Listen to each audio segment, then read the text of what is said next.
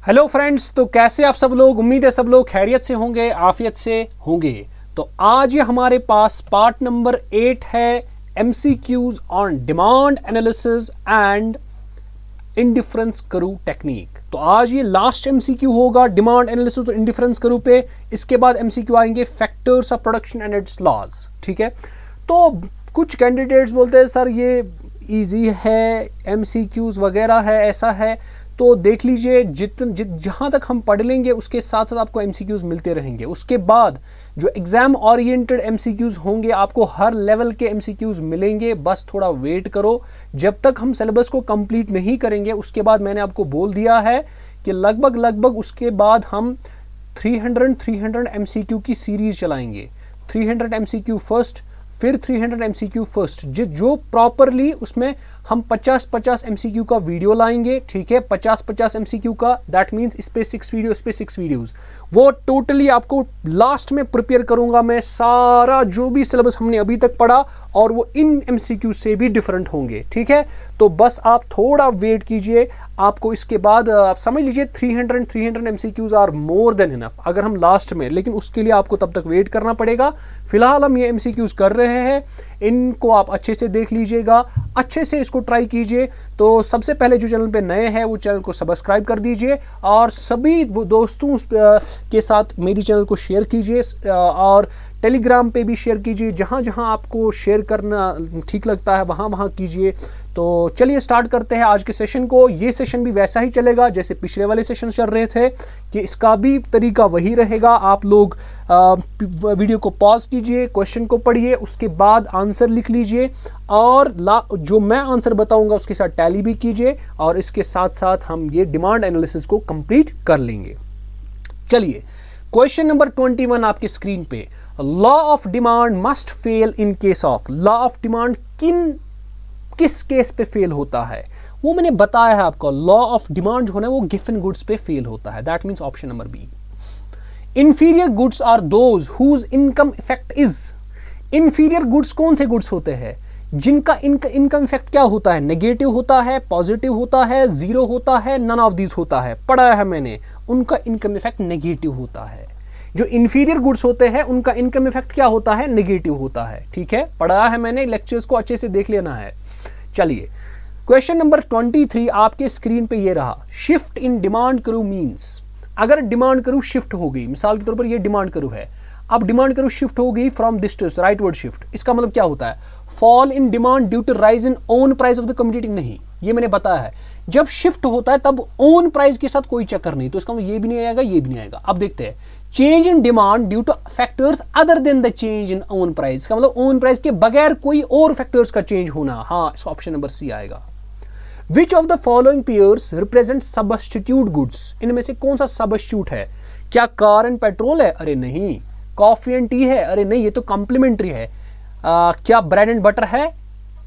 Bread and butter, क्या all of these? हमें बताना है इनमें से सबस्टिट्यूट गुड्स कौन सा है। कार और पेट्रोल तो नहीं है, ब्रेड एंड बटर भी नहीं है, कॉफी एंड टी, हाँ कॉफी एंड टी है। इसका मतलब 24 का ऑप्शन नंबर बी है। In case of Giffen paradox the slope of demand curve is. बताया था मैंने, जब गिफिन का पैराडॉक्स होता है तब स्लोप जो होता है ना वो ऐसे नहीं होता है। ठीक है, तो तब कैसा स्लोप होता है? वो पॉजिटिव होता है, ऐसे। इस वक्त नेगेटिव होता है, नॉर्मली नेगेटिव होता है, लेकिन गिफिन के वक्त पॉजिटिव होता है। As a result of rise in consumers income, अगर कंज्यूमर की इनकम बढ़ जाती है, demand curve for coarse grain, यानी इंफीरियर गुड्स की डिमांड क्या हो जाएगी? देखो, डिमांड क्या हो जाएगी उस गुड के लिए? कम हो जाएगी। जब डिमांड कम हो जाएगी, जब डिमांड कम हो जाएगी, इसका मतलब डिमांड कर्व शिफ्ट कहां से हो जाएगी? Left to right. इसका मतलब डिमांड हो जाएगी शिफ्ट टू द लेफ्ट, तो इसका मतलब ऑप्शन नंबर ए आ जाएगा। क्वेश्चन नंबर 27 आपके स्क्रीन पर ये रहा। बता रहा है if two goods are complementary, अगर दो गुड्स कॉम्प्लीमेंट्री है, then the rise in price of one results in. अगर एक का प्राइस बढ़ गया तो जो दूसरा होगा उसका भी डिमांड जो है वो कम हो जाएगी, तो इसका मतलब फॉल इन डिमांड। 27 का B. The graphic representation of a table showing price and demand relationship for a commodity in the market is called, उसको बोलते हैं मार्केट डिमांड कर्व। तो इसका मतलब option number C is the correct answer. When there is no change in the quantity demanded, quantity demand में कोई change नहीं होगा. In response to any change in the price, it is a situation of, इसको क्या कहते हैं? इसको हम कहते हैं इनफाइनाइट प्राइस इलास्टिसिटी कहेंगे, जीरो प्राइस इलास्टिसिटी कहेंगे, यूनिटरी प्राइस इलास्टिसिटी कहेंगे, या नन ऑफ दीज कहेंगे. अच्छे से सोच समझ के इसका आप खुद आंसर कर सकते हैं कि इसका आंसर क्या होना चाहिए. इसके बाद हम चलते हैं question number 30. When total expenditure increases in response to decrease in the price of the commodity, अगर प्राइस ऑफ द कमोडिटी कम हो गया और उसकी वजह से टोटल एक्सपेंडिचर इंक्रीज हो गया, तो इलास्टिसिटी ऑफ डिमांड क्या होता है? पढ़ाया हमने, क्या ग्रेटर देन 1 होगा, लेस देन 1 होगा, यूनिटी होगा, इन्फिनिटी? ग्रेटर देन 1 होगा, सिंपल. उसके बाद ED is greater than 1 represents what? Elastic demand, inelastic demand, unitary elastic demand, none of these. ये आएगा elastic demand. On all points of a rectangular hyperbola demand करो, elasticity of demand is equal to, पढ़ा है वो मैंने, unity के बराबर ही आ जाएगा. उसके बाद क्वेश्चन नंबर 33 आपके स्क्रीन पर ये रहा. When demand curve is parallel to X axis, बता रहा है ऐसे, तो डिमांड, इलास्टिसिटी डिमांड किसके बराबर होता है?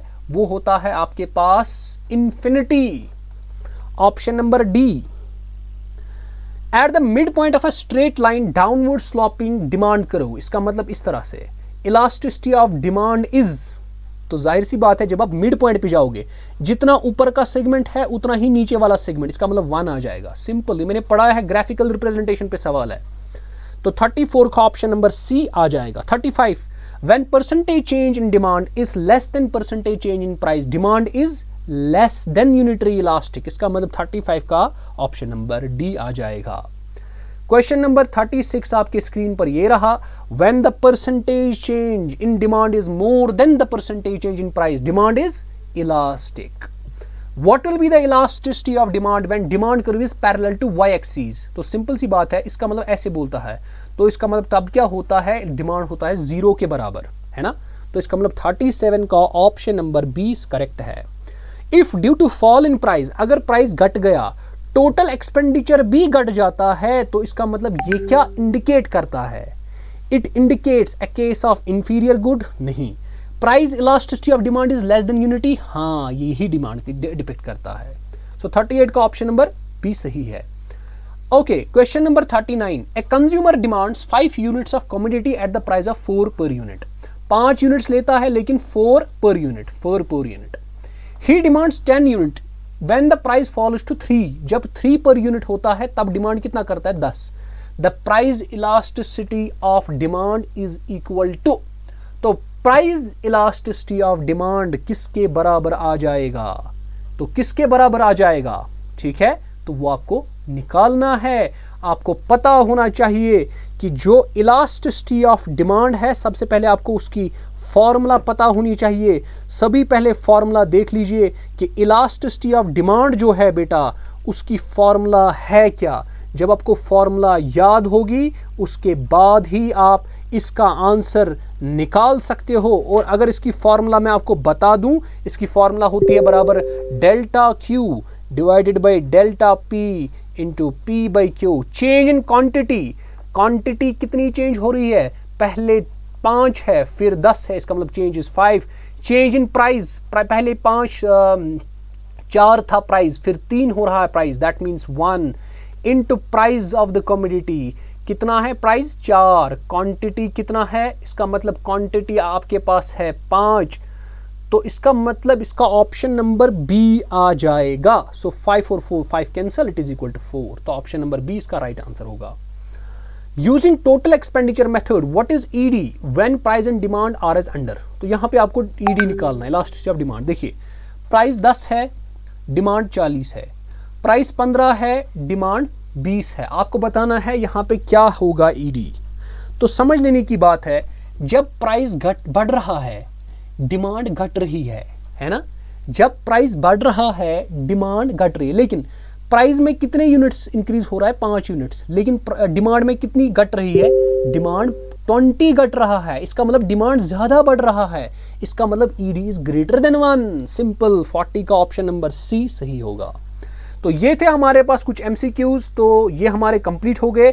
अब इसके बाद हमारे फैक्टर्स ऑफ प्रोडक्शन पे MCQs आ जाएंगे, फैक्टर्स एंड इट्स लॉज पे, तो उस पर भी MCQ वीडियोस आ जाएंगे, तो वो भी आप अच्छे से देख लीजिएगा। तो उस पर भी 1-2 MCQ वीडियोस लाएंगे ज़रूर। तो हम मिलते हैं अगले वीडियो में। अगर वीडियो आपको अच्छा लगे तो उसको लाइक कीजिए वीडियो को, और शेयर करना ना भूलें अपने सारे फ्रेंड्स के साथ। इसको शेयर कीजिए, हर जगह पे शेयर कीजिए। तो चलिए हम मिलते हैं अगली वीडियो में, तब तक के लिए खुदा हाफिज़।